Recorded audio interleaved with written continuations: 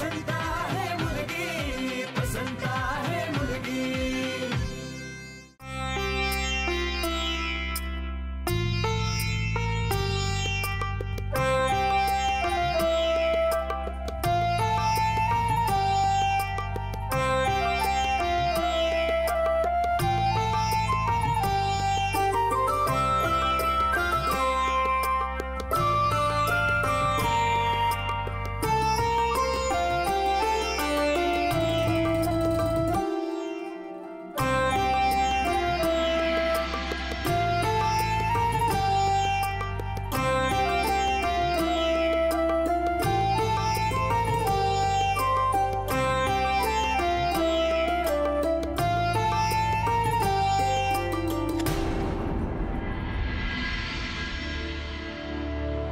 नंदिनी, काय ग, काय झालं? काही नाही। चल ये ये।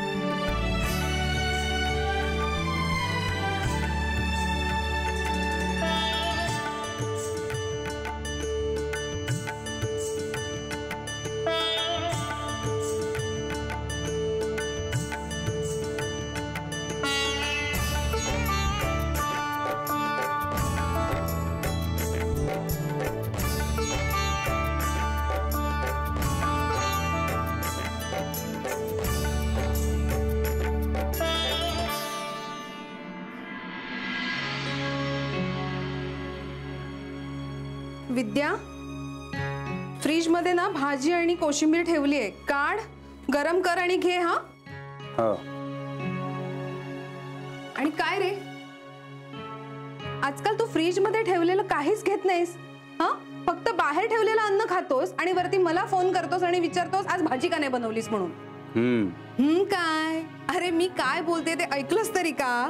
अगं हो, जेवेन मी वेळेवर। निघालीस का ग? अरे आई, आऊ चहा देऊ का तुम्हाला? नाही नको, घेते मी। अगं पण काय छान दिसतेस तू सीमा। थँक्यू। आणि एवढी नवीन साडी, काही विशेष? अहो आज वटपौर्णिमा आहे ना म्हणून। सीमा, म्हणजे तू वटपौर्णिमा आहे म्हणून ही साडी नेसलीस? तर मंडळी, छान झाला आजचा कार्यक्रम, झाला ना? वडाची पूजा तर आपण दरवर्षी करतोच, पण या वर्षी आपण त्याला वृक्षारोपणाची जोड दिल्यामुळे त्याला पर्यावरणाचं अधिष्ठान मिळालं। देव जे आपल्याला देतो ते नष्ट करत सुटणं योग्य नाही। ह्या कृतीतून आपण देव जे आपल्याला देतो त्याची आपल्याला कदर आहे, त्याची आपल्याला काळजी आहे, हे आपण दाखवून दिलेलं आहे। आणि सगळ्यात महत्त्वाचं म्हणजे आपल्या गावासाठी ते हिताचं आहे। गेल्या काही वर्षांमध्ये मोठ्या प्रमाणावर वृक्षतोड झालेली आहे, त्याला तर आपण आळा घातलाच पाहिजे, पण त्याचबरोबर नवीन झाडंही लावली पाहिजे। सुनीलच्या मित्रांनी त्यांना ही कल्पना सुचवली। त्या मित्राची अशी इच्छा आहे की त्याचं नाव पुढे येऊ नये, पण त्या ज्या कोणी अज्ञात इसमानी ही कल्पना सुचवली त्याचे मी आज संपूर्ण गावातर्फे आभार मानतो आणि मनापासून सांगतो की त्यांना असं पडद्याआड राहू नये, त्यांनी पुढे यावं, त्यांच्या चांगल्या कल्पनांचं इथे स्वागतच केलं जाईल। सुनीलने ही कल्पना अंमलात आणली, सत्यात उतरवली, म्हणून त्यांचे आभार। या पिढीकडून आम्हाला खूप अपेक्षा आहेत आणि या पिढीचा आम्हाला खूप खूप अभिमानही आहे। आणि अर्थात आपण सगळे उपस्थित राहिलात, वृक्षारोपणात सहभागी झालात, म्हणून आपले सगळ्यांचे मनापासून आभार।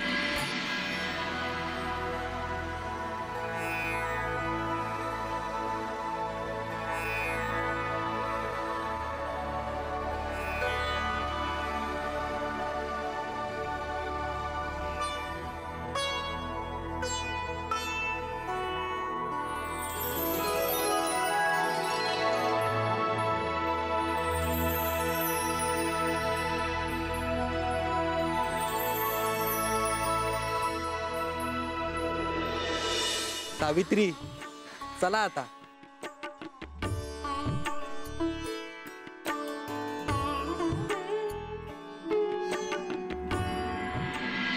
म्हणजे तू वटपौर्णिमा आहे म्हणून साडी नेसलीस ही?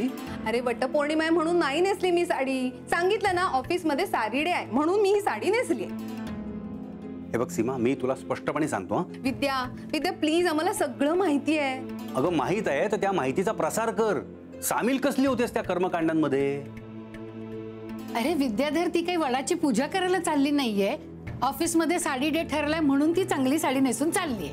हा आई हे बघ, माझा मुद्दा असा आहे की सगळं पाठ आहे रे आम्हाला. नाही तर काय दरवर्षीचं पारायण आहे तुझं. तरी फरक पडतोय का काही आपल्यात? विद्या आजपर्यंत मी वड पूजलाय का कधी? पण तुझी मनातनं इच्छा असतेच. अरे ते सगळ्या बायका जातात म्हणून. जातात म्हणजे काय, करतात काय त्या माहितीये?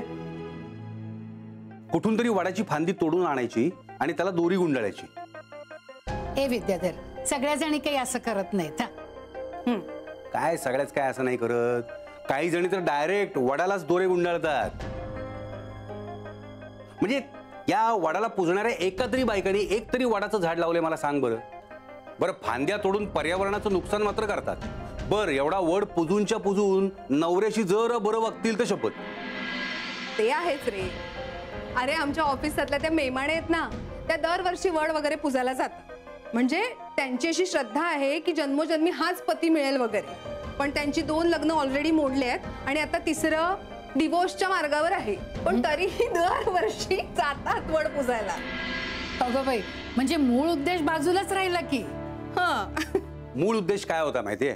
म्हणजे वडाच्या झाडाजवळ गेल्यानंतर माणसाला असं टवटवीत ताजं तवानं वाटायचं. पण आता त्याच्या पाठीमागचं शास्त्रीय कारण हे स्पष्ट झालंय. ते म्हणजे वडाचं झाड हे जास्त प्रमाणात ऑक्सिजन उत्सर्जित करतं. ऑक्सिजन म्हणजे प्राणवायू. आता पूर्वीच्या बायका या चूल मूल संकल्पनेत अडकलेल्या, त्यांना या ताज्या टवटवीत वातावरणाची, उत्साहाची खूप गरज असायची. कारण त्या दिवसभर त्या चुलीतच अडकलेल्या, त्या धुरकट खोलीत बसलेल्या असायच्या. त्यामुळे बायकांना त्यावेळेला अशा मोकळ्या वातावरणाची गरज असायची. पण आता मला सांग ना, चुलीवरचा स्वयंपाक राहिलाय कुठे? आणि नवऱ्यासाठी खस्ता तरी कोण खाते? पण आपल्या रीतीमधला हा उद्देश केव्हाच संपलाय. आता राहिलाय ना तो फक्त उपचार. पण मला सांग ना, या उपचारापायी पर्यावरणाची किती हानी होतीये याचा काही विचार कोणी करत नाही. विद्या, तू हे सगळं मला का सांगतोयस? आणि वड पुजून 7 जन्म हाच नवरा घेऊन करू काय मी? या एका जन्मातच तू 7 जन्मांची शिक्षा भोगतेस नाही का ग? नाहीतर काय. ए आई, तू माझी आई आहेस हे लक्षात ठेवा. आणि तिची सासू आहेस. सासूरवास करायचा सोडून तिची काय बाजू घेतेस तू? आणि बाय दी वे, हा, तिला कुठली शिक्षा मिळाली आहे? अरे चांगला सोन्यासारखा नवरा मिळालाय तिला. बर काय, डॉक्टर येणार आहेत आज भेटायला, हे लक्षात असू द्या.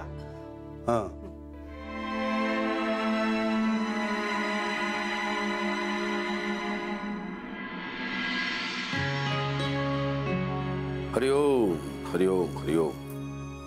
छान झाला बाई आजचा कार्यक्रम. सुनीलचं डोकं काय चालतं नाही? हे डोकं सुनीलचं नाही, मग तुमच्या धाकट्या चिरंजीवांचं डोकं आहे. अगं बाई, तुम्हाला कोणी सांगितलं? नाही, कोणी सांगितलं नाही, मी आपला एक अंदाज केला. म्हणजे नाही, साधारण त्यांच्या डोक्यात असंच काहीतरी आहे. हे मागच्या वटपौर्णिमेला ते माझ्याशी बोलले होते, तेव्हा त्याचं पुढे काही होऊ शकलं नाही. ते विसरले असतील, पण माझ्या लक्षात आहे. पुनर्वसू पण असं आहे ना, सांगायचं ना त्यांनी. एवढी छान कल्पना आहे, तुम्हीही उचलून धरली. गावातल्याही लोकांना कळलं असतं तर आनंदच झाला असता त्यांनाही. असंच आहे त्याचं, सगळं करेल पण सांगणार नाही. नसेल सांगायचं त्यांना. बाहेरच्यांना नाही, घरच्यांना तरी सांगायचं. अहो, घरच्यांनाच नसेल सांगायचं. असं काही नसेल. हो, हे बघा, त्यावर आता विचार करण्यात काय अर्थ नाही. त्यांना आपल्याला सांगायचं नव्हतं हे स्पष्ट झालं. ठीक आहे, त्यांची मर्जी. त्यांना वाटेल तेव्हा त्यांनी आपल्याला सांगावं. जोर ते स्वतःहून आपल्याला सांगत नाहीत तोवर या विषयावर आपण मौन पाळायचं. त्यालाही वाटलं असेलच की. त्याचा विचार आपण न करणंच इष्ट. अहो, तुम्ही रागवलायत का? छे छे, रागावण्याचं काहीच कारण नाही. मग नाराज आहात? नाराज नाही हो, मला वाईट वाटतंय. कशाचं? तुमच्या चिरंजीवांमध्ये धोरणीपणा आहे, दूरदृष्टी आहे, सारासार विचार करण्याची क्षमता आहे, नेतृत्व करण्याचं कौशल्य आहे. तरी तेच तर मी म्हणतेय. म्हणून तर रामचंद्र थोरले असून त्यांचा मान डावलून पुनर्वसूंनीच मठाधिपती व्हावं अशी आमची इच्छा होती ना. अजूनही वेळ गेली नाहीये. आता अवघड आहे ते. अवघड काहीच नाहीये त्यात. अहो, त्यांच्या नावाने चक्क आंघोळ केली आम्ही. ते भावनेच्या भरात. आणि पुनर्वसूचं चुकलंच आहे, पण त्यालाही पश्चाताप होतोय. तर जे झालं ती महाराजांचीच इच्छा होती असं म्हणायचं आणि सोडून द्यायचं. काही झालं तरी रक्ताचं नातं आहे, संबंध संपला नाहीये. पण संवाद संपलाय ना. असं काही नाहीये हो. त्यांचा स्वभाव फार तापट आहे. तरी पण विचारी आहे. तर एवढं सगळं झाल्यानंतर डोक्यात राग घालून गाव सोडून निघून गेला असता, पण नाही. नेटाना इथे राहिला तो. त्याची बायकोही लाघवी आहे, सगळ्यांना समजून सामावून घेणारी आहे. अजूनही हरकत नाहीये. तो मठाधिपती झाला ना तर त्याचंच नाही तर गावाचंही कल्याण होईल. तोच तर विचार केला होता ना आम्ही, म्हणून तर वाईट वाटतंय. अजूनही काही बिघडलेलं नाहीये. बघू. मी बोलू का त्याच्याशी? नाही, इतक्यात नको. म्हणजे? ती वेळ अजून आली आहे असं मला वाटत नाही. हो,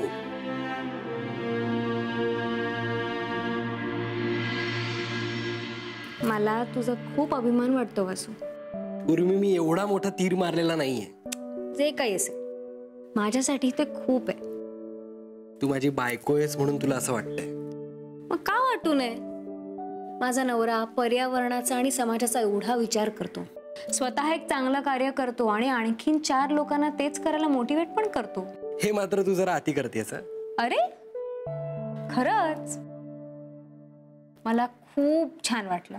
पण मला मात्र तुझ्यासाठी वाईट वाटतंय. का बरं? तुझ्या मनाविरुद्ध तुला हे सगळं कर्मकांड वगैरे करायला लागलं. मनाविरुद्ध असं नाही रे. मग म्हणजे तुला सांगू का, या सगळ्या गोष्टींवर माझा विश्वास नाहीये आणि माझ्या घरचं वातावरण तसं नाहीये हे मान्य आहे मला. अगदी आज सकाळपर्यंत या सगळ्या गोष्टींमध्ये भाग घ्यायला मला ऑड वाटत होतं. पण दादांनी ती सत्यवान सावित्रीची गोष्ट सांगितली आणि मी अगदी भारावून गेले रे. म्हणजे या सगळ्यातला धार्मिक भाग जरी सोडला ना तरी एक बायको म्हणून तिची निष्ठा किती महान होती. उर्मी, या जुन्या गोष्टींना काही पुरावा नसतो. म्हणून काय हे सगळं खोटं मानायचं का? अगं उर्मी, ते पुराण आहे, इतिहास नाही.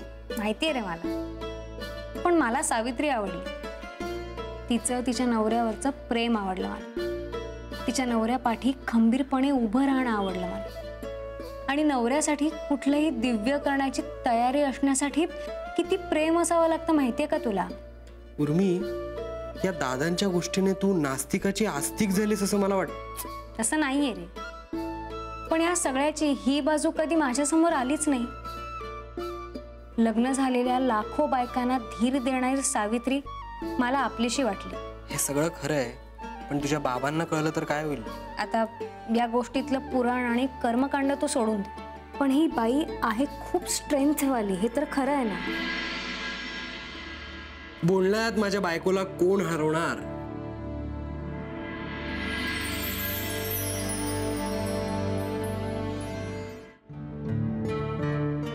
घे.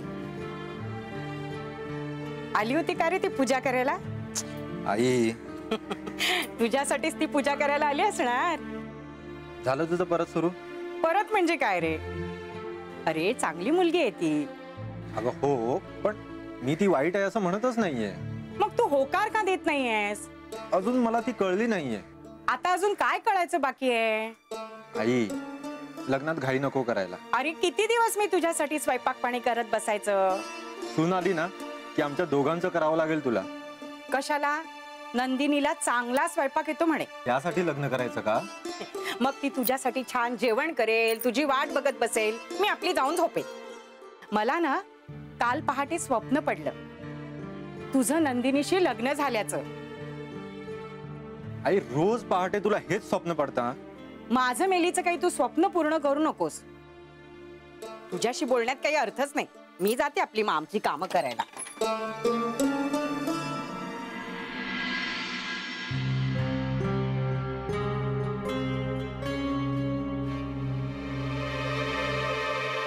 मला खूप भीती वाटते ग. याचं कारण तुम्ही फार विचार करताय जीजी. केला पाहिजे ना. तेव्हाच तेव्हा बघू की. तेव्हा काय होईल याचीच भीती वाटते मला. सगळं छान होणार आहे बघा. आधीच दादा पुनर्वसूवर रागावलेले आहेत. मग त्यांचा राग होईल की हळूहळू कमी. पण हे कळल्यावर काय होईल या कल्पनेनेच झोप उडाली आहे माझी. जीजी काहीही नाही होणार आहे. मन चिंती ते वैरीनं चिंती म्हणतात ना, तसं झालं बघ माझं. तुम्हाला ना सांगायलाच नको होत. तसंच वाटतंय मलाही. अज्ञानात सुख असतं म्हणतात ना, तेच खरं आहे. म्हणजे ना मला असं आपण खूप काही लपवतोय असं वाटतंय. म्हणजे भीती आहेच, पण लपवण्याची अस्वस्थताही आहे. खूप विचित्र झालंय सगळं. चैनच पडत नाही आणि सतत असं टेन्शन येत राहतं. माझ्याकडून कोणाला काही सांगितलं गेलं तर अशी भीती वाटत राहते ग सतत.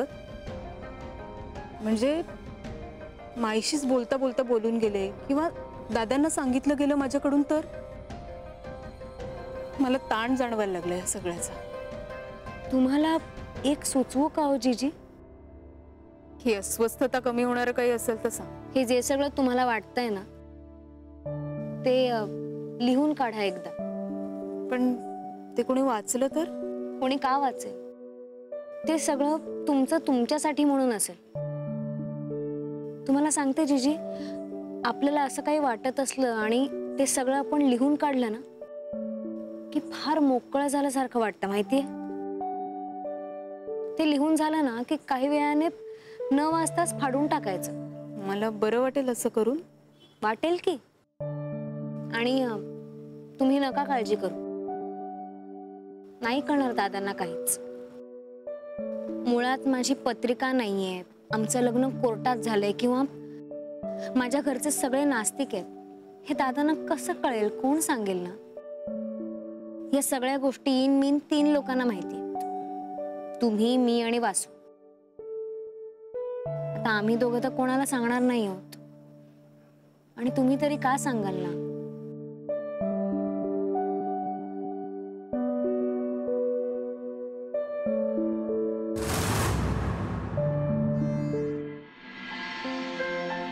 हा हा. अच्छा अच्छा, सुनीलचे मित्र का? हा हा. हो हो हो, अहो तयारच आहे ते. हो हो. कुठे येऊन देऊ तुम्हाला मी? अगं बाई, तुम्हीच येताय का घरी? नाही म्हटलं तुम्हाला कशाला उगाच त्रास ना, मला काय. बरं बरं, सुनील म्हणालाय का असं? हरकत नाही. नाही नाही, या ना तुम्ही घरी, उलट जेवायलाच या.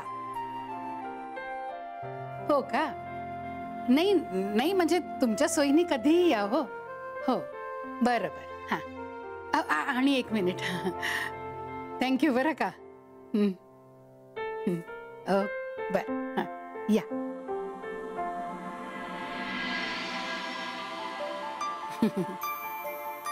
हे सगळं आता उर्मीकडे जाणार आहे. त्याच्याबरोबर थोडे लाडू पण करून देऊ का? मला आनंद कसला झाला माहिती का? यांनी निदान पुनर्वसूबद्दल बोलायला सुरुवात केली. काय सांगताय काय माई? तेच तर. म्हणाले मुलाला धोरण आहे, दूरदृष्टी आहे, म्हणून तर ते विचार करत होते त्याला मठाधिपती करण्याचा.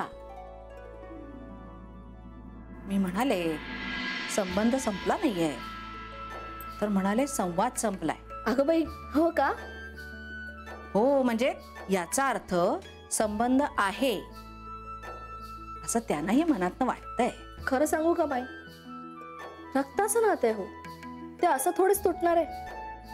आणि नंदिनीची ही थेरं बघून दादांना सुद्धा हे पटलं असेल की उर्मी ह्या घरात सून आली तेच बरं झालं.